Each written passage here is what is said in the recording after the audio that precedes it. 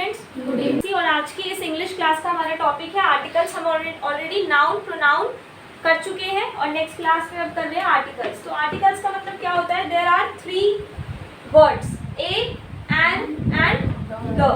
These 3 are the part of articles. Simple है।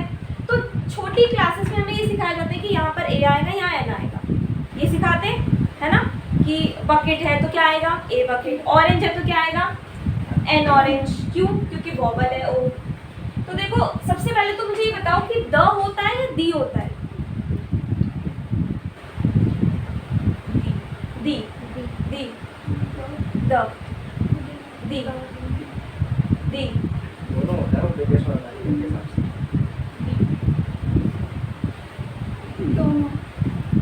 दोनों, लेकिन ब्रिटिश अमेरिकन नहीं।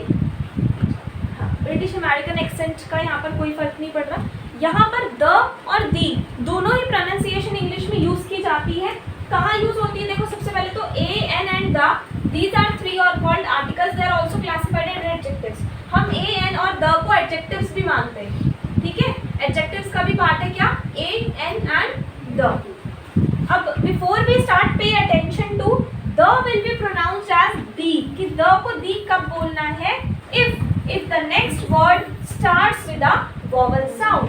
जैसे क्या बोलोगे? The orange. The pen. The orange, the pen. तो अगर the will be pronounced as the कब बोलेंगे? जब नेक्स्ट वर्ड की जो साउंड है वो स्टार्ट हो रही है किसी कॉन्सोनेंट से। और कॉन्सोनेंट क्या होते हैं? ए, ई, आई, ओ, यू को छोड़ के जो लेटर्स बच गए, दोज आर कॉन्सोनेंट्स, ठीक है। ए, ई, आई, ओ, यू वॉवल, बाकी जो बच गए वो कॉन्सोनेंट है। अगर कॉन्सोनेंट है तो द बोलो, और अगर वॉवल है तो दी। क्लियर? ये समझ आ गया। उसके बाद यहाँ पर है आर्टिकल्स कितने टाइप्स के होते हैं? Basically there are 2 types of article, definite and indefinite. तो डेफिनेट में तो द आता है और इनडेफिनेट में ए और एन आता है, ठीक है। अब अगर मैं आपको सरल भाषा में समझाऊं तो सपोज ये कैसे पता चलेगा कि मुझे डेफिनेट आर्टिकल का यूज़ करना है या इनडेफिनेट आर्टिकल का यूज़ करना है? एक इजी लैंग्वेज में समझाती हूँ। जैसे आप घर पर हो, आपके पापा घर पे, अब कोई आता है मिलने और आपको बोलते हैं कि आपके पापा से मिलना है। तो अगर आपके पापा ने आपको पहले से नहीं बताया कि कोई उनसे मिलने आने वाला है, तो आप घर जाके मतलब उनको जाके क्या बोलोगे? पापा कोई आया है, वो आपसे मिलना चाहते हैं। पापा कोई आया है, मतलब आपको नहीं पता कौन है, पता है? पहले उसके बारे में सुना था? नहीं सुना था। तो क्या बोलेंगे? कोई आया है, आएगा। जब पहले से नहीं पता होता तो हम और एन का यूज़ करते हैं, ठीक है। लेकिन अगर आपके पापा ने आपको पहले से बता दिया होता कि कोई उनसे मिलने आने वाला है, तो आप बोलते कि पापा वो आ गए जो आपसे मिलना चाहते थे, ये बोलते। तो उनके लिए आपको पता है पहले से कोई आने वाला है, तो उसके लिए आप यूज़ करोगे द। समझ आ गया? जैसे हम स्टोरीज स्टार्ट करते हैं तो हम ऐसे स्टार्ट करते हैं ना, once upon a time there was a boy. एक बार की बात है, वहाँ एक लड़का रहता था। तो एक लड़का या कोई लड़का रहता था, पता नहीं कौन था वो, ठीक है। और अगर द लगा दिया इट मीन्स आपको पता है। जैसे हम द का यूज़ उन्हीं के साथ करते हैं जो यूजुअली हमें पहले से पता होता है। जैसे द सन, जो यूनिवर्सली मतलब काफ़ी फेमस चीज़ें हैं। मोरल ऑफ द स्टोरी, हाँ, the moral of the story. इस तरीके से थोड़ा सा और डिटेल में अभी आगे बताती हूँ। अच्छा, अब ये देखो, where to use a and where to use an. तो सिंपल है, an will be used if the next word starts with a vowel sound and a will be used if the next word starts with a consonant sound. For example, a boy, a pen, a university. अब आप बोलोगे कि ma'am a university, यहाँ तो n आना चाहिए था, लेकिन यहाँ पर किसकी साउंड आ रही है? इसलिए a लगा दिया। a ear, an ear, a bucket, an honest। यहाँ पर साउंड किसकी आ रही है? किसकी आ रही है? ऑनेस्ट। तो इसलिए क्या लगा दिया? An. An hour, an M L A किसकी आ रही है? ए की साउंड, इसलिए एन लगा दिया। ए एम एल ए नहीं होगा, an M L A, M L A, M A M. Sound पे ध्यान देना। A union, an orange. समझ आ गया? इजी चीज़ है, कोई दिक्कत नहीं है। सेंटेंस में अगर ये आ जाए, एम एल ए से पहले ए लिखा है तो आपको क्या करना है? उसको एन करना है। ये गलत है भाई, इसमें पूरा सही है, गलत है बस, ठीक है। अब जो मोस्ट इंपॉर्टेंट है इस टॉपिक का वो है where to use the and where not to use the. तो सबसे पहले बता रही हूँ वेयर टू यूज द, कि द का यूज कहाँ पर करना ही है। द का यूज यहाँ पर तो होगा ही होगा, अगर सेंटेंस में नहीं है मतलब लगा के जो ऑप्शन होगा जिसमें द लगा रखा होगा वो सही है, और अगर है तो हटाना पड़ेगा अकॉर्डिंग टू दी रूल्स। सबसे पहले क्या रूल है, the will be used with unique people and objects. The will be used with unique people and objects. जैसे कि यूनिक ऑब्जेक्ट है the sun, the earth, the moon, the president, the CEO, the world and the star, the sky, ठीक है। With adjectives, adjective पढ़ा ना हमने अभी, कब, कल पढ़ा था, परसों, नेक्स्ट क्लास में, लास्ट क्लास में।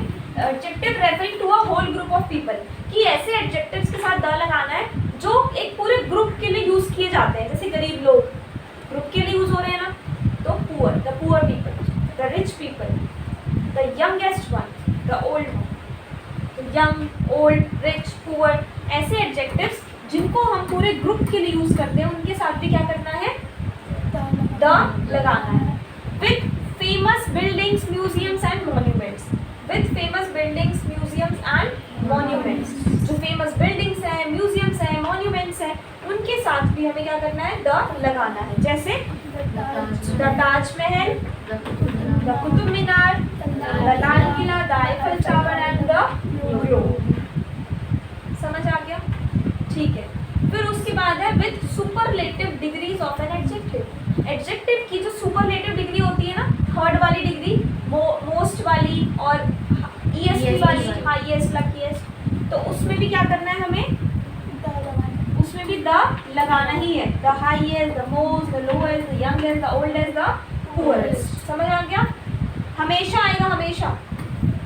उसके बाद है with ordinal numbers. Ordinal numbers क्या होते हैं, जो जो ऐसे लिखे होते हैं, लास्ट, फर्स्ट, सेकंड, थर्ड, ये these are called ordinal numbers. तो ऑर्डिनल नंबर्स के साथ भी हमें द लगाना है। उसके बाद है with countries whose names include words like kingdom, state और रिपब्लिक। ऐसी कंट्रीज जो ऐसी कंट्रीज के नेम यूजुअली क्या होता है, किसी कंट्री के साथ द का यूज नहीं होता। जैसे आई लिव इन इंडिया या I live in the India, I live in India, the तो नहीं आ रहा। लेकिन ये एक्सेप्शन है, ये एक एक्सेप्शन है कि ऐसे के साथ लगाना है। किसके साथ, ऐसी कंट्री जिनमें वर्ड आ रहा है किंगडम, स्टेट या फिर Republic. For example the United states, the United kingdom, the Republic of Ireland, ठीक है। और किसके साथ लगाना है, विद रिवर्स, कैनाल्स, ओशंस यानी नदी, नहर और सागरों के साथ। जैसे कि the Ganga, the Nile river होती है, the Atlantic, the Pacific ocean.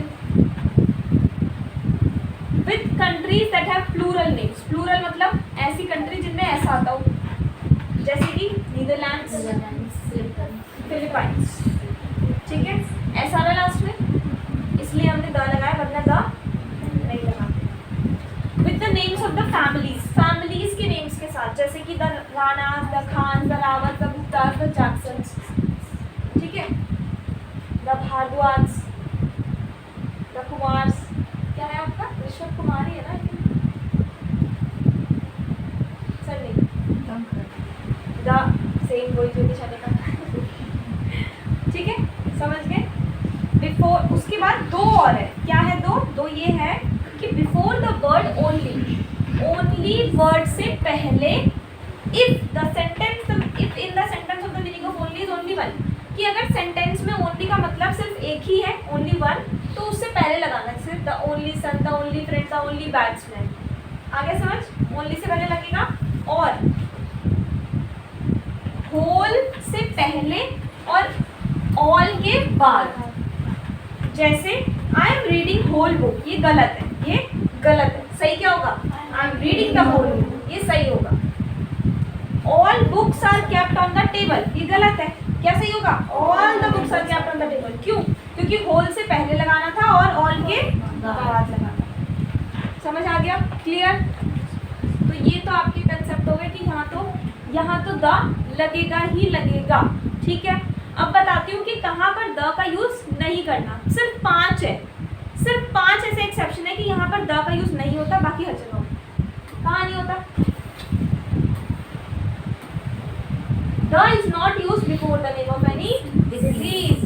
जैसे बच्चे अपनी एप्लीकेशन लिखते हैं तो मैं देखती हूँ कई बार लिखते हैं I am suffering from the fever, जो कि पूरी तरह से गलत होता है। I am suffering from the fever नहीं होता, क्या होता है? I am suffering from fever. The is not use before the name of any disease. किसी बीमारी से पहले द का यूज नहीं करना, ठीक है। दूसरा क्या है? कंट्री के नेम से पहले यूज मत करना, जैसे अभी मैंने आपको एग्जांपल दे दिया, समझा दिया। उसके बाद क्या है? I speak the Hindi, I speak Hindi, I speak English, I speak Telugu, Tamil, जो भी है, ठीक है। तो लैंग्वेज से पहले नहीं आएगा, कंट्री से पहले नहीं आएगा, डिजीज से पहले नहीं आएगा, ब्रेकफास्ट, लंच और डिनर वर्ड से पहले नहीं आएगा। I had the breakfast, no, I had breakfast, ठीक है। ब्रेकफास्ट, लंच और डिनर से पहले नहीं आएगा और प्रॉपर नाउन से पहले नहीं आएगा, जैसे the Ram, the Delhi, the India, the Rahul. Incorrect, totally incorrect. तो जो मेरा क्वेश्चन बना था वो कहाँ से बना था? यहाँ से बना था। मैंने देखा कि द मुंबई गलत है, फटाफट हटाओ। तो जो ऐसे पार्ट अंडरलाइन हो रखा था वो मैंने आंसर में कर दिया। समझ गए? तो कंसेप्ट अपने सारे दिमाग में रखने, कुछ नहीं पता कौन सा कहाँ किस क्वेश्चन में अप्लाई हो जाए। जितनी आप ग्रामर पढ़ा रही हूँ ना मैं, इससे ज़्यादा आपका कुछ नहीं आएगा। ग्रामर यही होगी, वोकैबुलरी कुछ भी हो सकती है, वर्ड कुछ भी हो सकता है, बट रूल तो यही है ना। जैसे मैथ्स में फॉर्मूला एक ही है, क्वेश्चन कुछ भी हो सकता है। सिमिलरली ग्रामर एक ही है, रूल एक ही है, कंसेप्ट एक ही है, पूछा कैसे भी जा सकता है, कहीं भी कोई भी चीज़ मिक्स करके पूछ लेंगे, ठीक है। तो आज की क्लास में इतना ही। Thank you so much.